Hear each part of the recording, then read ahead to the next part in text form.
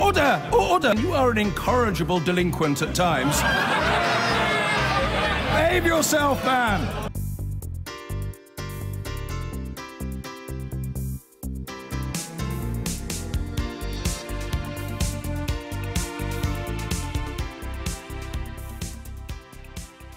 Now then, with those crucial votes ahead in the House of Commons, the Labour front bench is telling its MPs to abstain on the important vote about Britain's future trading relationship with the EU. Labour's come up with a different idea, unlikely to be backed by Tory rebels. The Prime Minister may feel this morning she is no longer on the hook. I'm joined by Sir Keir Starmer, Labour's Brexit spokesman. You've let her off the hook, basically, haven't you? No, we've pushed the Prime Minister all the way on the really big issues, and the two most important for this week are the customs union and a meaningful vote. And I urge Tory MPs who care about this to vote for those amendments. If Tory MPs who do care about those amendments vote with us, there is a real chance for Parliament to change the course of the Brexit negotiations and to bring some order where there's real chaos. Okay. Because on this question of a customs union, we're going backwards and forwards for months on end. The government's no further forward. So on the really big vote, which is customs union, on the meaningful vote, which allows Parliament to decide what happens if Article 50 is voted down. They're the really big ones. You say they're the really big ones, but nearly half of the Labour peers voted for Britain to stay inside the European Economic Area, the EEA. Yeah. And many people saw that as an absolutely crunch vote. And you are ordering Labour MPs, many of whom agree with the peers, to abstain. Why?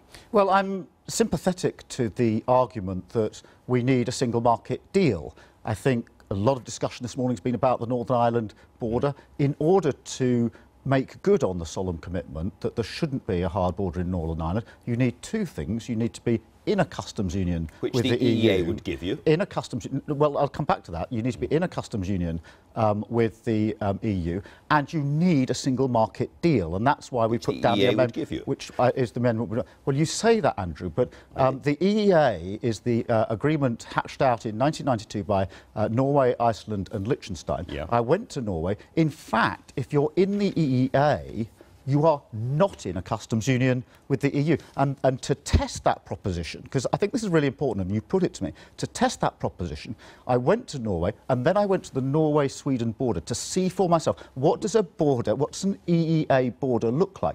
There is infrastructure there. There are checks there. You have to hand in your papers. It is totally incompatible with the solemn commitment to no hard border in Northern Ireland. You're going to get less of a border than if we were inside the EEA. Well, the EEA... I just don't understand how you're going to do this. The EEA on its own is a group of countries that are outside of a customs union. So the amendment... It's kind of annexed to the EU. The amendment that we have put down is one which doesn't tie us to a model that won't work for Britain. The Norway model works for Norway. I can see why people are attracted to it, but it won't work for the United Kingdom. So we've put down one that doesn't tie us to a model, but it does answer the question, should there be a single market deal, by saying, yes, there should, and it needs to go together with the customs union arrangement that we put on the table some months ago. The trouble with the motion that you've put down is it says you want all those good things, you want frictionless access and jobs and so forth, but you also want an end to free movement. And again, almost everybody with any authority inside the EU, up to and including President Macron of France, has made it crystal clear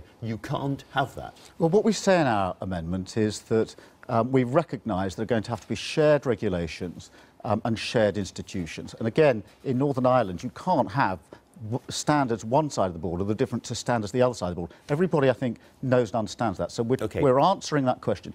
On the question of freedom of movement, of course that's going to have to be part of the negotiations. In our manifesto, we made it clear that freedom of movement will end when we leave the EU. The question is what comes next. And we need to spell that out, and it needs to be spelled out against a changing position in Europe. But you're still saying, basically, we want all the advantages, plus we want no freedom of movement. No, Andrew, the obligations, the obligations of the single market are that you share regulations, you have common standards, and that you have shared institutions. And you're part now, of the four freedoms, we're facing up to that. We would have to negotiate on the four freedoms, freedom of movement. We need to set out what we want, because this conversation is in a vacuum at the moment. But it's very likely, it seems to me, in the 21st century, that we're going to need an immigration policy that does allow people to cross borders across the UK, across the EU to work. We want people to be able to join their families. We want the best students to come to the UK. So we need to spell out what actually we're asking for, whilst negotiating with the EU against a changing backdrop. As you heard earlier on, in France, there's great concern that freedom of movement should change as far as workers are concerned across borders. There's lots of work on labour market enforcement. If you talk to the EU 27, there is lots of shared concern about what the future of freedom of movement is. That's the debate that ought to be going on. That's the debate that ought to have happened over the last 18 months. Well, you mentioned the customs union. Yeah. Do you accept that if the EU is a customs union, there has to be a border somewhere? Yes, around the customs union countries, at the edge of the customs. So where should the border be? Well, our proposal is that the UK as a whole is in a customs union with the EU, and that would mean there wouldn't be a border either in Northern Ireland or in the Irish Sea. So you say that, but we would also have to be part of the single market for there to be no border, because there's all the regulatory requirements. Yes, I accept that. In other words, so we would be inside the single market and inside the customs union. Well, we would have a customs union with the EU, because we're going to have a new agreement. We need a single market deal.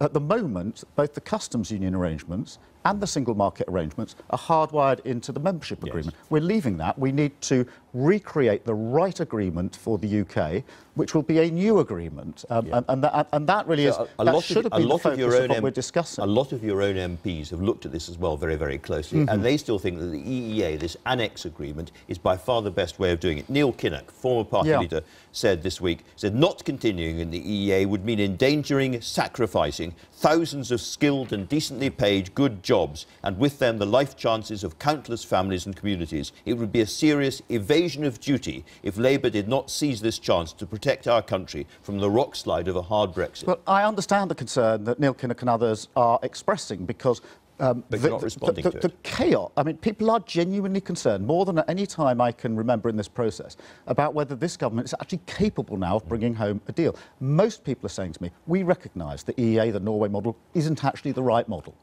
Almost everybody is saying that it'd have to be massively changed. It doesn't have a customs union. Agriculture is left out. What they're saying to me is, we know it's not quite the right model, but we're going to cling on to it because we're now so worried about what the government is doing. What I'm saying is, let's step back, let's accept the challenge of a single market deal, but set it out in a way that makes sense for the 21st century for the UK. As a result of doing that and putting down your own front bench Labour motion instead, which will not be backed by many many Tory rebels, as we're reading today in the papers, you are ensuring that Theresa May is not going to be defeated on anything substantial this week and goes on. Well, you had a chance to bring the government down and you've skipped it. Well, Andrew, two answers to that. The first is, as I think you and others know very well, there are a number of Labour MPs who are very concerned about the EEA, who will not vote for it, and therefore we can't pretend this is a winnable vote. But let me answer more substantially, because this is a really important issue. We have laid the same amendment to the customs bill and the trade bill, which are now supposedly coming back before the summer, so in the next 3-4 weeks. And they are different bills where we can have a substantive vote, and where Tory rebels who care about the single market can lay down their own amendments and we can vote on it then. So the idea that this Tuesday or this Wednesday is the last chance saloon on a single market deal is misconceived. There will be another chance with those bills. I hope we get significant victories this week on the things that matter, which is the meaningful vote, the customs union. Well, that will be the test, and I do urge Tory MPs who care about this. I know it's difficult to back those amendments. We will back those amendments, and if that happens, that will be a defining change this week, and it could happen if those Tory MPs vote with us, and I urge them to do so. Keir Starmer, thanks very much indeed for talking to us. And as Shadow Business Secretary, what business leaders have you met recently? I went to Airbus this week to see their operation in Broughton. Very exciting, very innovative company. Staggering, however, the issue of Brexit and the concerns. Yeah, what concerns were you hearing from them? They're very, very worried, especially, in light of the negotiations that have been going on so far and the disarray within government over access to the single market and the customs union. Manufacturing particularly is extremely worried about access to the single market and customs union. A lot of manufacturers operate a just-in-time framework where a number of components will cross EU borders regularly, and any impediment to the transit of that will dramatically impact on their business going forward. Now, a lot of businesses, particularly large ones, have done risk assessments. Many haven't published the figures, which are quite staggering for fear of, impacting on their share values, but it's an extreme concern. And next week we'll be calling on the government to ensure that they negotiate a deal that looks for single market access, no impediments to trade, a floor under existing rights and protections, and ultimately we want them to look at our customs union proposal to negotiate a customs union with the EU. I'm keen to talk to you about that, of course, this Labour amendment where you're asking for full access to the internal market. Now, you know and I know that the only way to get full access to the single market is to accept free movement of people. So is that what Labour is prepared to do? No, what we've said is that we want to negotiate a bespoke deal for Britain that ensures... But you said that you want full access to the internal market. Well, full access to the internal market as a member of the EU requires acceptance of all four freedoms. If we were to become a member of the European Economic Area, again, that would require acceptance of all four freedoms. So we're very limited in our scope for negotiating around those. Now, negotiating a bespoke deal that ensures full market access, that isn't the EEA agreement and isn't a member of the EU as we know it at the moment, which we can't be legally anyway because we're actually coming out of the EU. Now, that would require and allow some flexibility in those negotiations to look at some of the... But you'd still need to accept free movement of people to get full access to the single market, wouldn't you? No, not if we were negotiating a bespoke trade deal with the EU. That's the one thing that the EU has been absolutely consistent on, that you can't have full access to the single market. You can't have free movement of goods and services. Technically, you can't be a member of the EU and be part of the single market in that way without accepting the four freedoms, as I've said. And the same applies to the arrangement that Norway have got with the European Economic Area. Now, that's not to say that a trade deal, a bespoke trade deal that allowed full market... But you wouldn't get full market access, would you? Let's get real. You wouldn't. You wouldn't. You know that as well. There are a number of negative aspects that we've been talking about for some time, particularly in relation to free movement, undercutting of wages within the UK, for example, the advertising of jobs that in only EU countries for jobs here in the UK. Now, that's not acceptable. We're not prepared to accept that. What we've said is that we accept that free movement will end.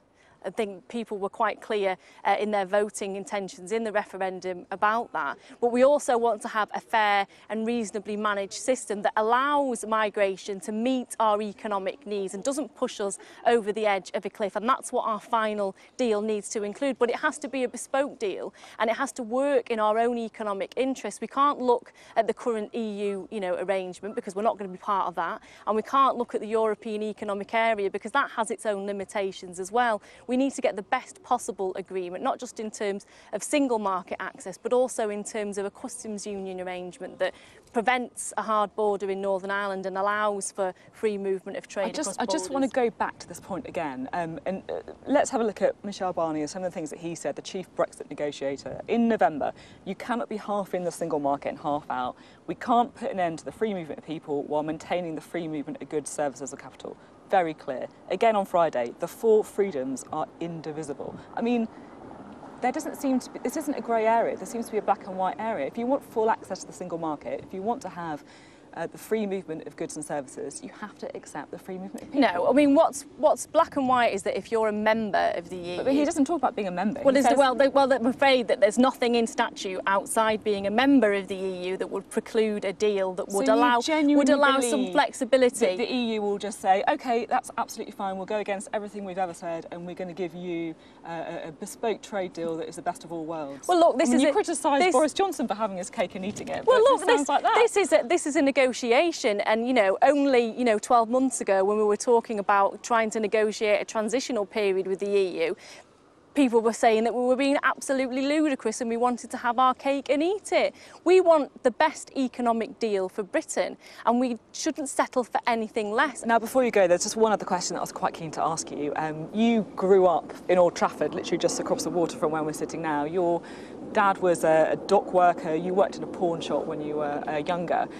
I just wondered if you think, you know, we spend a lot of time talking about race and gender, but do you think that class is actually the kind of the invisible glass ceiling, if you like? It is, it definitely, I mean, when we talked, you know, maybe kind of 20 years ago about being a classless society and that nobody was working class anymore.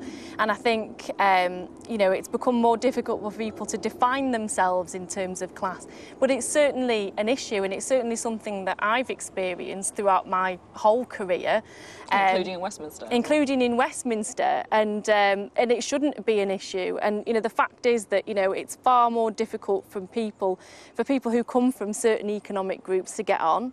You know, it's a complete fallacy to think that, you know, everybody can work as hard as they possibly can and climb that ladder towards success, because if you're from a deprived area, you go to a deprived school, you have significant issues at home, it's incredibly hard for you to do that. Yet if you're in an affluent area, you went to an affluent school, your parents had an education and they know which direction and which doors to open for you and what direction to push you, and it's far easier for you, but it seems to be very little recognised. Okay, thank you very much. Thanks.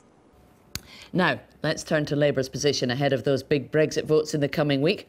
Here's the Shadow Brexit Secretary Keir Starmer, who was speaking to Andrew Marr a little earlier. The idea that this Tuesday or this Wednesday is the last chance saloon on a single market deal is misconceived. There will be another chance with those bills. I hope we get significant victories this week on the things that matter, which is the meaningful vote, the but customs union. Well, that will be the test, and I do urge Tory MPs who care about this. I know it's difficult to back those amendments. We will back those amendments, and if that happens, that will be a defining change this week. Well, we're joined now by two Labour MPs who take a rather different view of what should happen next week. Caroline Flint is a former Europe Minister and she's in Sheffield. Chris Leslie is here in the studio. He belongs to the campaign group Open Britain. Good morning to both of you. Thank you for coming to join us. Chris Leslie, we heard Keir Starmer there laying out the Labour position. What's your problem with that? Well, my issue is that when you're in opposition, and we could be in opposition for very many years, you rarely get chances to shape events, serious events for the whole future of the country. But this coming week is one such chance, because we know that there are a dozen, maybe several more Conservative MPs who are willing to rebel and back this concept of the European Economic Area, the single market.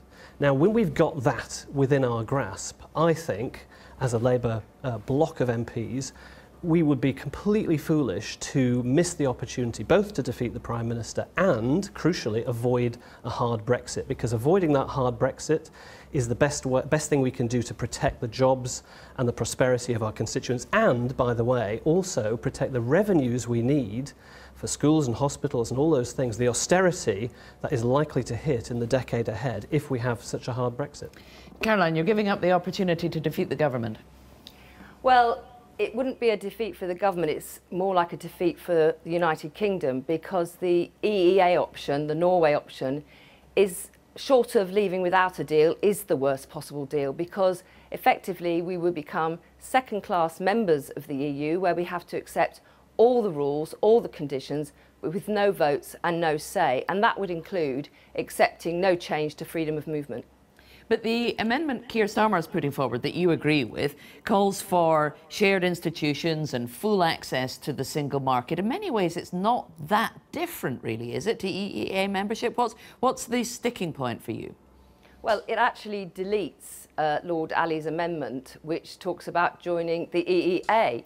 What it does talk about, which I do support, and actually the Labour position has been clear about this all along, is that we want to have as close a relationship to the single market as we can, that where it makes sense, like for example the European Aviation Safety Authority or the European Medicines Agency, that we should work with those institutions where it's in our interests.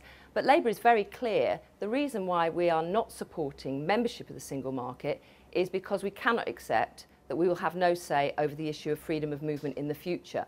And that is the big sticking point here. And there are a majority of Labour MPs who recognise that the EEA Norway option is the worst option for the United Kingdom.